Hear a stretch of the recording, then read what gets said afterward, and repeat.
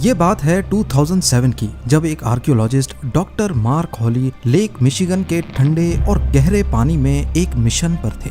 वो सोनार टेक्नोलॉजी का इस्तेमाल करते हुए समंदर के बॉटम को स्कैन कर रहे थे। उनका मकसद एक ऐसी पुरानी डूबी हुई शिप को ढूंढना था जो बरसों से लापता थी। इस मिशन के दौरान लेक बेड पर शिप के मलबे के बजाय उनको एक लंबी लकीर दिखाई देती है, पर वो क्या था उसका अंदाजा स्क्रीन के इस पार देखने से नहीं हो रहा था। लिहाजा डॉक्टर हॉली ने स्कूबा डाइविंग गियर पहना और पानी के अंदर कूद गए। पानी की गहराइयों में एक ऐसा मंजर उनका इंतजार कर रहा था जिसने इंसानी तारीख के सारे हिसाब किताब उलट पुलट कर दिए। जेम टीवी की वीडियोस में एक बार फिर से खुशामदीद। नाजरीन, वो क्या देखते हैं कि वहाँ झील की बिल्कुल फ्लैट और रेतीली जमीन पर बड़े बड़े पत्थरों की एक बिल्कुल सीधी लाइन बनी हुई थी। ये पत्थर देखकर ही लग रहा था कि इन्हें किसी इंसान ने अपने हाथों से वहाँ रखा है, क्योंकि ऐसी सीधी लाइन कुदरती तौर पर बनना नामुमकिन है। मौके का फायदा उठाते हुए उन्होंने इस लाइन के साथ साथ आगे तैरना शुरू किया ताकि देख सकें कि ये कहाँ जाकर खत्म होती है। चंद 100 मीटर्स के बाद वो एक ऐसी जगह पहुंचे जहां पत्थरों का एक परफेक्ट सर्कल बना हुआ था और इस सर्कल के बिल्कुल आखिर में एक बहुत गहरी खाई थी। ये गोल पत्थरों का निजाम देखकर उन्हें फौरन इंग्लैंड के मशहूर स्टोनहेंज की याद आती है। जब इस छोटे स्टोनहेंज की खबर पूरी दुनिया में फैली तो मीडिया में एक तूफान आ गया।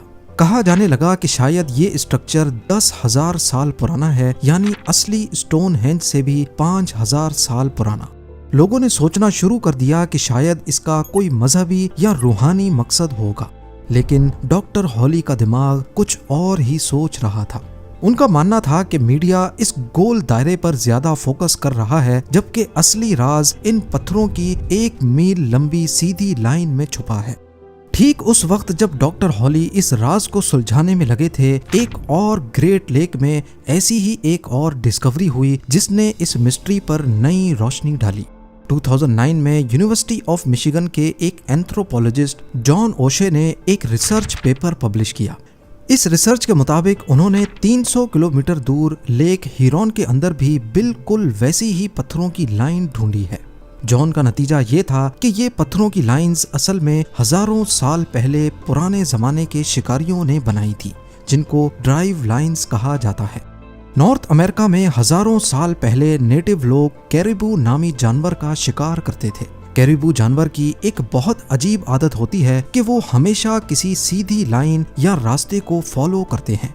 तो पुराने जमाने के शिकारी क्या करते थे कि वो पत्थरों की सीधी लाइन बनाते थे ताकि कैरिबू उनको फॉलो करते हुए सीधा उस गोल दायरे तक आ जाएं। इस गोल दायरे के पास शिकारी पत्थरों के पीछे छुप कर बैठे होते थे और आगे जो गहरी खाई होती थी उसकी वजह से जानवर आगे नहीं भाग पाते थे और वहीं फंस जाते। इस तरह इंसान बहुत आसानी से इन बड़े जानवरों का शिकार कर लेते। डॉक्टर हॉली अब मुकम्मल तौर पर मुतमईन थे कि उन्होंने जो लेक मिशिगन में देखा वो भी एक ड्राइव लाइन ही थी।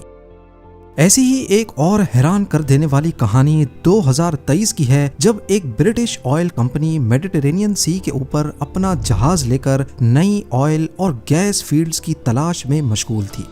ये जहाज इजराइल के साहिल से लगभग 55 मील दूर था। वो लोग समंदर की सतह से 1 मील नीचे अपना एक एडवांस्ड रोबोटिक व्हीकल भेजकर सी फ्लोर की तस्वीरें ले रहे थे। शुरू में तो रोबोट ने बस आम सी रेत और पत्थरों की तस्वीरें भेजी, लेकिन अचानक इंजीनियर्स ने स्क्रीन पर कुछ बहुत ही अजीब देख लिया। उन्हें समंदर के बॉटम पर एक टीला नजर आया जिसमें छोटी छोटी अजीब चीजें दबी हुई थीं। कुदरती टीले से ज्यादा ये किसी चीज का मलबा मालूम हो रहा था। उन्होंने फौरन इजरायली एंटीक्विटीज अथॉरिटी को बुला लिया ताकि इस मिस्ट्री को सुलझाया जा सके। तस्वीरों का मुआयना करने पर मालूम पड़ा कि ये मिट्टी के बने हुए सैकड़ों बर्तन और मटके हैं जो काफी अरसा बीत जाने की वजह से रेत में धंसकर टीले का मंजर पेश कर रहे हैं। पर आखिर समंदर के बीचों बीच मटके आए तो आए कहां से? जब उस जगह एक रोबोटिक कैमरा को भेजकर मजीद तस्वीरें खींची गईं, तो इनमें से एक तस्वीर में ये बहुत बड़ा टीला किसी समंदरी जहाज का नक्शा पेश कर रहा था। जब उन्होंने मजीद स्कैन किया तो वाकई उन मटकों के नीचे एक 40 फुट लंबा जहाज दबा हुआ नजर आया। अब मसला ये था कि इन नाजुक मटकों को इतनी गहराई से बाहिफाजत ऊपर कैसे लाया जाए ताकि इनकी उम्र का अंदाजा लगाया जा सके। IAA ने उस कंपनी के साथ मिलकर एक खास रोबोटिक व्हीकल नीचे भेजा जो ऐसी नाजुक चीजों को उठाने का माहिर था। आखिरकार वो कुछ मटके निकालने में कामयाब हो गए। हैरत की बात यह थी कि उनके अंदर अभी भी कुछ मटेरियल बचा हुआ था। रिसर्चर्स के मुताबिक इनमें शायद ओलिव ऑयल, एग्रीकल्चर प्रोडक्ट्स या वाइन रखी जाती होगी, लेकिन इसका अंदाजा सही से नहीं हो पाया। लेकिन जब उन मटकों की कार्बन डेटिंग की गई तो जो रिजल्ट आया उसने सबके होश ही उड़ा दिए। ये मटके 3300 साल पुराने निकले।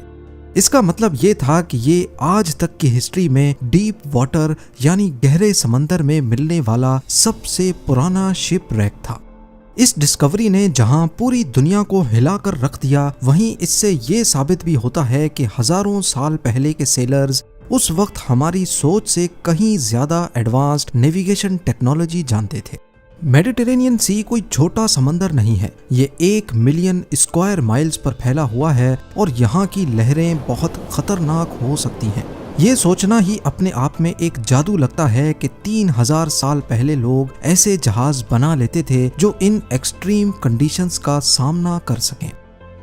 दिसंबर 1938 की एक सर्द सुबह साउथ अफ्रीका के साहिल पर एक मछेरा अपने रोजमर्रा के शिकार के लिए समंदर की तरफ निकलता है, मगर उस दिन उसके जाल में मछलियों के साथ साथ एक ऐसी मखलूक भी फंसी थी जो उसने अपने 30 सालों के एक्सपीरियंस में पहले कभी नहीं देखी थी।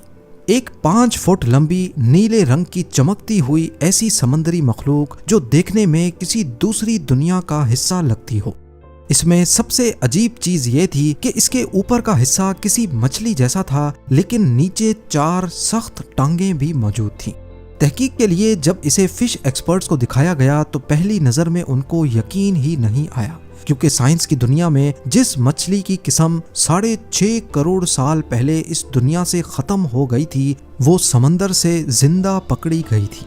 सिलिकैंथ नामी ये मछली अपनी बनावट की वजह से दूसरी आम मछलियों के मुकाबले में एक एलियन मखलूक है। आम मछलियों के फिन्स लचकदार और नाजुक होते हैं, मगर सिलिकैंथ के 4 फिन्स गोश्त और हड्डियों से बने होते हैं। ये देखने में बिल्कुल जानवरों के पैरों जैसे लगते हैं। ये मछली पानी में इन्हें बारी बारी ऐसे हिलाती है जैसे कोई घोड़ा चल रहा हो। ये दुनिया की वाहिद जिंदा मखलूक है जिसके सर के अंदर एक जॉइंट होता है, जिसकी वजह से ये मछली शिकार करते वक्त अपने ऊपर वाले जबड़े को पूरा ऊपर उठा सकती है। इससे ये बड़ा शिकार आसानी से निगल सकती है। इसके अलावा इसकी नाक के करीब एक खास ऑर्गन होता है जिसे रोस्ट्रल ऑर्गन कहते हैं। ये पानी में मौजूद हल्की सी इलेक्ट्रिक लहरों को भी महसूस कर लेता है।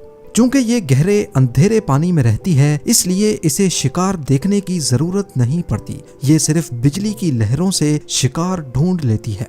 हैरत अंगेज बात यह है कि इसकी खोपड़ी का 99% हिस्सा चर्बी से भरा होता है और असली दिमाग सिर्फ 1% जगह घेरता है।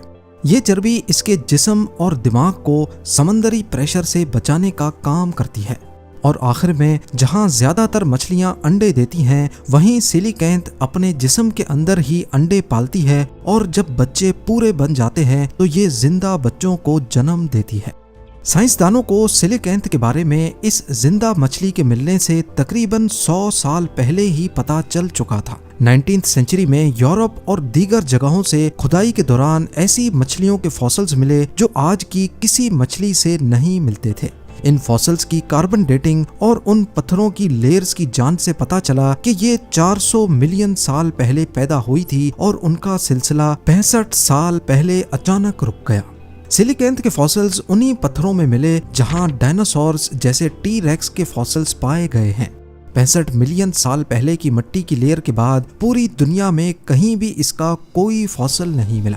इस बेस पर साइंस ने ये मान लिया कि जब वो बड़ा एस्ट्रॉयड जमीन से टकराया था जिसने डायनासोर्स को खत्म किया, तो ये मछली भी मारी गई।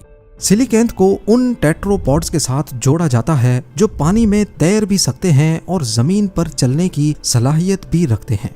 लिहाजा एक ऐसी मछली जो साइंस की किताबों में 6.5 करोड़ साल पहले खत्म हो गई थी, उसका जिंदा पकड़ा जाना वाकई काफी हैरानकुन था। चाइना की टेराकोटा आर्मी की कहानी सबसे हैरानकुन और दर्दनाक है। 1974 में चाइना के एक छोटे से गांव शियांग में पानी की बहुत कमी हो गई थी और फसलें सूख रही थीं। किसानों ने फैसला किया कि वो खुद जमीन खोदकर नया कुआं बनाएंगे। 3 दिन तक खुदाई के बाद तकरीबन 15 फुट की गहराई पर एक किसान योंग जोफा का बेलचा अचानक किसी ऐसी सख्त चीज से टकराया जिसकी गूंज ने सबको खामोश कर दिया। योंग ने ध्यान से मिट्टी हटाई तो अंधेरी गहराई से 2 आंखें उसे घूरने लगी। वो मिट्टी से बनी एक मूर्ति का सर था। योंग उसे उठाकर गांव ले आया, मगर जश्न मनाने के बजाय पूरा गांव दहशत में डूब गया, क्योंकि वहां लोगों का मानना था कि जमीन के अंदर से मूर्तियां निकलना बदशुगनी होती है। जब चाइनीज गवर्नमेंट को इस बात का पता चला तो उन्होंने वहां खुदाई शुरू की और उन्हें जमीन के अंदर से 1-2 नहीं बल्कि 8000 से ज्यादा मिट्टी के बने हुए फौजियों के स्टैचूज मिले। इन फौजियों के चेहरे, उनके बाल, उनकी वर्दी सब एक दूसरे से मुख्तलिफ थी और इनके हाथों में असली पीतल के हथियार भी पाए गए। ये असल में चाइना के पहले बादशाह चिन शी हुआंग की अमर फौज थी, जिसे बादशाह ने बनवाया था ताकि मरने के बाद ये फौजी उसकी हिफाजत कर सके। ये दुनिया की सबसे बड़ी और कीमती आर्कियोलॉजिकल डिस्कवरीज में से एक थी, लेकिन उन गरीब किसानों का डर सच्चा साबित हुआ। हुकूमत ने उस जगह पर एक बहुत बड़ा म्यूजियम बनाने के लिए उन सब गांव वालों को वहां से निकाल दिया और उनकी जमीन छीन ली गई। उम्मीद है जेम टीवी की ये वीडियो भी आप लोग भरपूर लाइक और शेयर करेंगे। आप लोगों के प्यार भरे कमेंट्स का बेहद शुक्रिया। मिलते हैं अगली शानदार वीडियो में।